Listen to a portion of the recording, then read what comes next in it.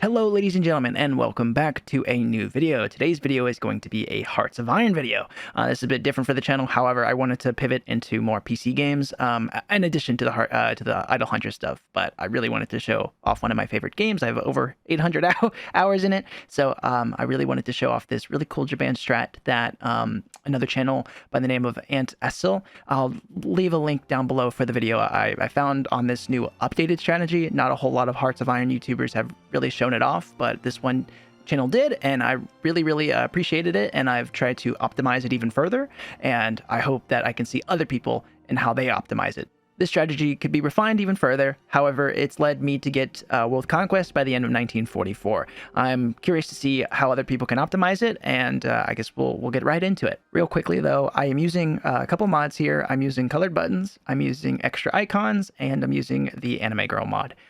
They don't change the game in any way except for aesthetics, so just to make the game look, I guess, a little cleaner, as well as to keep the anime aesthetic for the channel, right? All right, so there's a lot of setup to this one, but real quick, we're going to go for Supremacy of Will. So we're going to go with Army expansion first, and then go down that pathway. That Supremacy of Will is going to give us a lot of early game buffs that just carry out for the whole game. Research, your standard typical research. We're going to just go the sport guns, and then just, you know, typical production, construction, research, right? Research-wise, it's up to you. The only thing I can recommend is going the improved fighters, the improved small aircraft, which you're going to get. There's the research bonus to get that like extra research speed, and then you're going to go heavy machine guns, and then possibly cannons, and then the extra engine 3. That's going to help you make nice, quick fighters and lots of CAS that you're maybe going to need for the Axis. The other factions, you should be able to capitulate them quicker. The air fights aren't that important, but I do recommend that you do get that just in case that your Axis fights go longer than they need to, and you'll definitely need the fighters to kill their fighters, and then the CAS to obviously push. Besides that, research, totally up to you. So for industry, we are just going to open a production line for every item that we can make to get rid of any deficits. Just putting one factory on most of it is fine, and you'll get rid of those deficits pretty early. It doesn't really matter, but just to make sure we have green lines across the board. But what we do want to focus, we want to put a lot on guns, artillery, and support equipment. We're going to need guns. Thankfully, we don't need to worry about armor because we can push, and there's some other strategies that rely less. They just need men. They don't need any armor or anything special. We're going to consolidate our Navy, our Air Force, and then the Army, and we're going to have them train. We're going to get all of our ships together, have them train, get us some naval experience, and then tell them to stop, just so we can retain some fuel for when we do go to war. As well as we're going to get all of our air wings into one place, and then they can start training and get them some experience. And then obviously we're going to reorganize our army so that then they are the template that we want them, all consistent, and then we can start training them up to get ready for our first combat.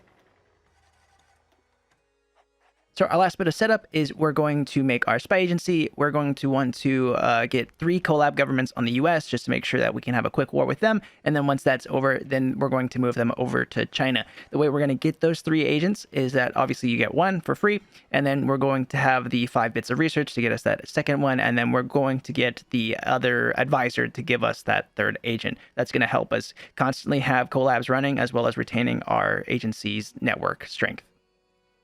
For now, it's just a waiting game until the Spanish Civil War starts, and we're going to make sure that everybody's all trained up. Stop your naval training, your naval exercise. Once you get around 50 naval experience, that should be enough. There's those troops in Manchukuo that sometimes just get stuck there. Make sure that you tell them to move to the port, and then they'll go where they need to. So the Civil War has now kicked off. We are going to justify on normal Spain, and then justify on British Malaya. It's going to be another like 10 days extra, but just so we don't forget it, it's easier to just do it immediately back to back. And once we do have the political power, we can then get the spy agent. We don't want to get him too early, because typically when you can afford him is when the Civil War usually pops off. So we want to save it, justify, then save again, and get the agent. And so we can then start getting those collab cycles on the United States. Here, just to show it off, I did get the agent, and then I got the 5th research for the agency. So now we have, we can start doing these collab cycles on the United States, which is going to really come in handy for us when we do decide to declare on the United States. our claim has now finished, we're going to go ahead and just declare on them immediately, and then we can get our military access from the nationalist Spain and start preparing our naval invasion. We're going to go ahead and move all of our army and navy over to Spain, just so we get that naval supremacy, just so for the invasion, as soon as we do declare, we will have that access to naval invade, and then we're going to prepare the naval invasion lines for the west side of Britain. We're going to go for like Cardiff, all of that little cove right down there. I'll show it off in a second here. Is usually like very, very undefended. So you should be able to get your naval invasion off there. Many HOI YouTubers have shown it off before. Just make sure we will use force attack when we get into that, but typically you should be able to secure that landing if you go through that method. The British Malaya justification ended, and because it's a domain of, it's part of the Dominion of UK, we can just go ahead and declare immediately on the UK. As we saw, we got the naval access we needed, and the UK is the only major in this war, even though Spain is in it.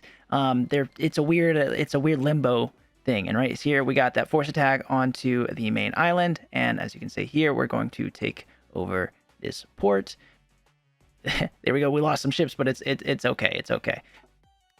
For some reason, the troops did not move the way I needed them to at the very beginning, so this landing was a bit rougher than normally. But as you can see, as soon as you get the Cardiff port, you can just immediately reassign your full army to then just now sweep the UK. We want to take UK as quickly as possible to avoid the French joining the Allies too early, because that's gonna it's not the end of the world. You can make do with it, but it's not optimal in this case. We're just going to make sure that we blitz them as quick as possible. We're going to want to also justify on the Netherlands to get all of those resources in the Dutch East Indies, right? So get that 10 days. Now that we're at war with a major, also we get that research grant, and then we keep going these collab governments. Very good, very good. Just preparing for future advances. But here we can get, I think I get the silent workhorse here, just to make sure that we get that political power up. We're going to need a lot of it to justify on all the countries in the world. Here, we're almost done with the justification. Boom, we add them in, and they're not a major. So as soon as we take out the UK, that's all we need to worry about. Things to keep in mind, if you do this strategy, you have to make sure that you don't bring up world tension too high or call in too many people too early, because what will happen is that Spain will then, they'll just join the war, call in the allies into their actual war, and then in this peace deal, we got it, so congrats, right?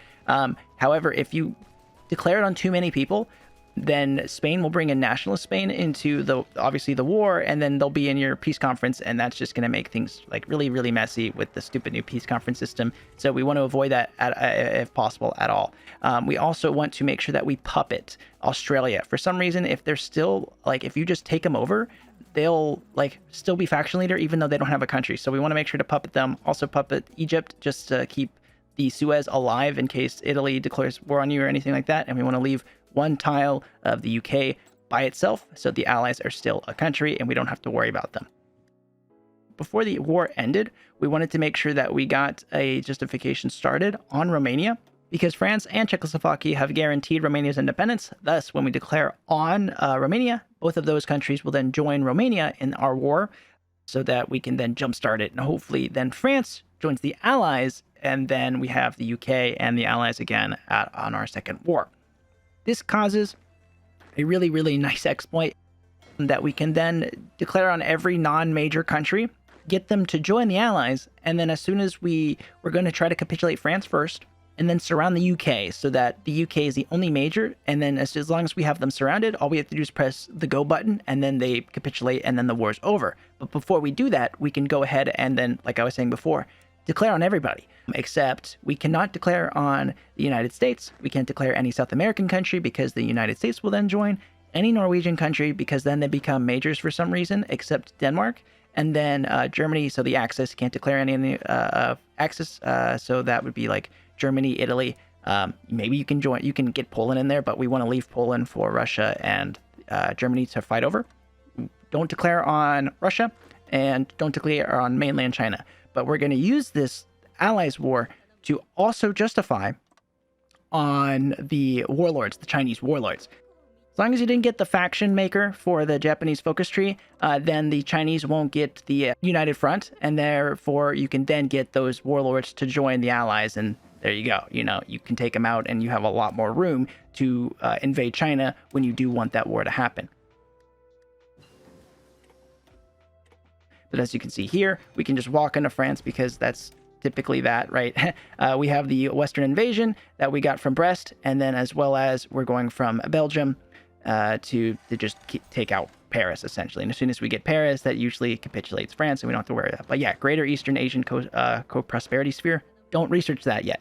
Don't research that because you'll get your faction, but China will also get their faction and ruin our plans. So we don't want that. But as you can see here, we have France, and then now we can just choke Britain. You know, just keep them there. As soon as we want to go, we just go. But France is UK is the only major. And like I said before, don't declare on any of those countries, but now we can get the warlords. Don't get any of the Comintern countries.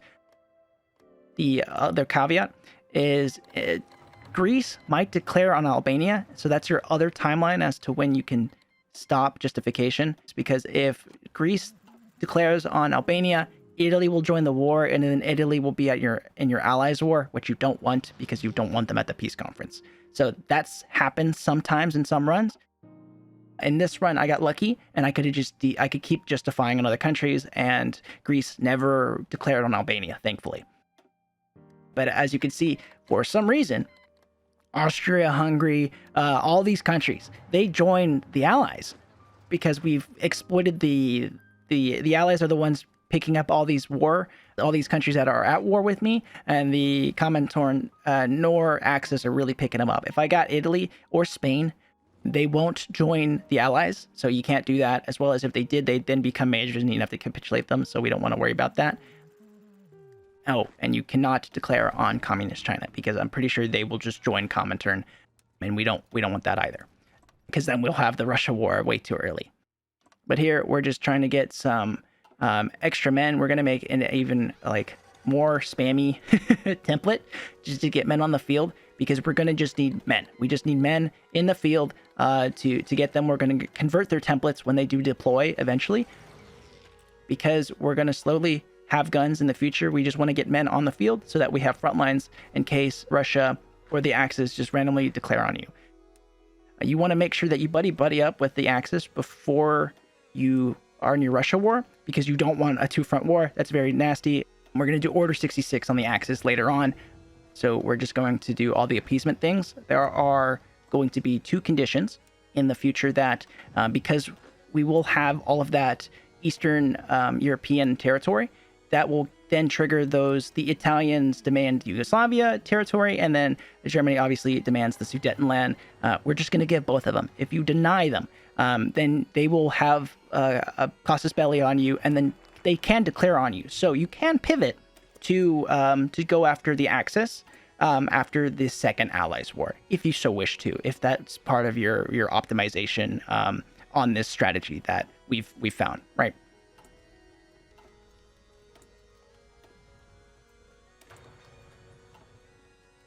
All right, so every country that won't get us in trouble has been declared on, and we're just now going to capitulate UK. There we go.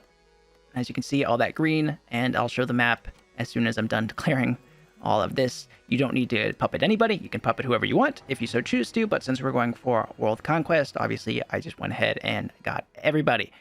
We even declared on Siam because I did not want to have to deal with them.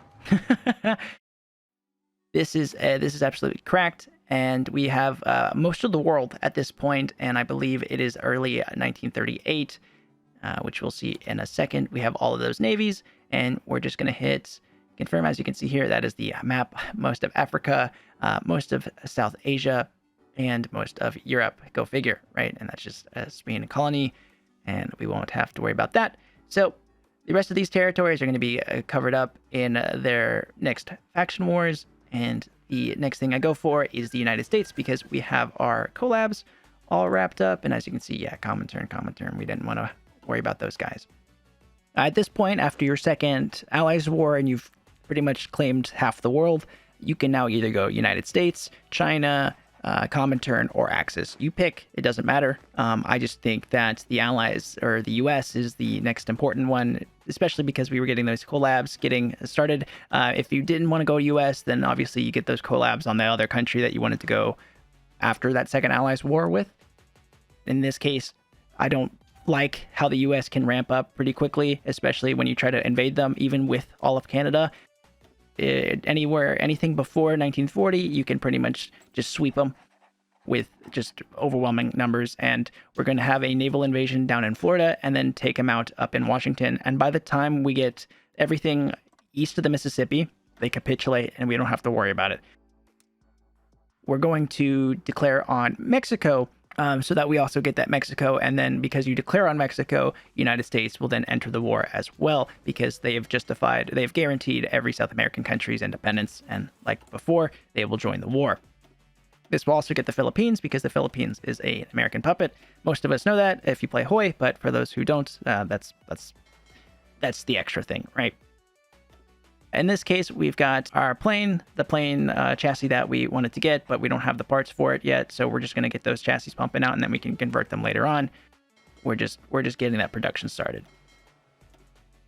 But here, we're getting that naval invasion set up. We're going to move all those new ships we got from Britain and France down into the Caribbean. It's not too hard. Once again, as soon as if you do a spontaneous invasion, typically, if they even had 1,000 ships over you, it doesn't matter. You should be able to get that one invasion off, because they haven't set up their navies yet. Typically, Florida is just not... they have people near Miami, but in the middle part of Florida, there's no garrison there. So you can just walk right in and then force your front line up by Washington, up by New England, is typically going to have the most of the troops, as well as the troops all that spam troops that we had. We're also going to add them onto the New England front just to keep padding it out. Here we see the Chinese Civil War. We don't want to touch it because we don't want to join the Russia war just yet. Real quickly, just want to show off the territory we've gotten by 38. And I mean, it was really easy to get that, right? You didn't really see me do any super hard micro. Maybe the hardest thing was invading the UK at the very beginning, but even then was kind of I got an unlucky invasion anyway. But anyone can do that. It's pretty standard. It's a good way to practice Hearts of Iron and see how powerful a country can get. There's other broken countries out here, but I'm a Japan 1 strict pony, so I really enjoyed this strategy, and I was really disappointed when the old strategy was nerfed out. Before, you would be able to invade the Netherlands through Germany, because you would be able to enter the Axis immediately, but they changed it so the more further away you are, the less likely you are to be accepted by a faction leader. So this was the workaround around that. Here, the justification ended. We already have 2 collabs on them, and the third one is almost finished, so I'm going to go ahead and start getting our agency over in China, because that one is I guess the more important one to get the Chinese Civil War. If you don't have any collabs on that one, you literally have to claim almost every victory point on the country for them to capitulate. So we don't want to have to worry about that one. The US one is not as necessary, but yeah. So here, right, you see they demanded the Sudetenland. If you refuse that, then you would have the German, like you'd start the Germany war immediately. Which, if you didn't want to do the US war, you could do that, right? And then you don't have to worry about it. You get the Axis, and then you can focus on the Allies or Russia afterwards. But we can get the US pretty quickly because we got those collabs set up. We don't have to worry about it. As you can see, just snake, get your victory points. Third collab just went off, and now we can get the cycle on China started. And we're almost there, 50%. That's all we need. And as soon as we get all these victory points on the northeast, they should capitulate, and then we can move on to finishing off the Mexico War and getting ready for the Russian War. As we can see, now we have a lot more troops of that spam unit, and we're going to go ahead and just set them up on this Russian border where Romania was and get them training. I don't think I switched them out yet. Oh, I think I do. We get them padded up, nice stats. We're going to need them to really just flood Russia. Russia is not going to be a tough war. It just needs manpower to claim all that territory. Luckily, the way we're going to get around it, the way we're going to hopefully exploit the war is that because we have all that territory, we have all of Asia Minor and Africa, they typically will just invade and spend their troops to take out India, all of Asia, essentially all the Asian territory that you have. Let them fill it, because that's less territory that they're garrisoning that they need to protect for them to not capitulate. We can take advantage of that and exploit it. Here, we're also going to prepare the China invasion by getting all that industry in there, because as long as you have infrastructure there, if you have supply, they'll just walk right into China. If there's no supply there, then it's going to take you another year. So we really want to get ahead of that, as well as get that that Russian infrastructure ready, just to make sure that we have good supply going in. And there we have the US falling. That was pretty simple, right? I think so. It is 1938, the end of it, almost 1939, and we have all of the allies. We have the United States, and we have half of the world, you know, and I didn't need any micro, right? It's just a lot of preparing and a lot of little game exploits. Nothing game breaking, but just utilizing how the AI thinks and just exploiting like justification times and whatnot, right? I'm going to leave the China-Russia war and the rest of Mexico for the next episode, and then the last episode is going to be the Axis. I hope you guys enjoyed this little mini-series. I really did too, because I really enjoy this game. Like I said before, I have a lot of hours in it, and it's a lot more fun to do than like an Idle Hunters video. But yeah, hope you guys enjoyed. Please leave a like, comment, and subscribe, and I will catch you guys next time. Take care.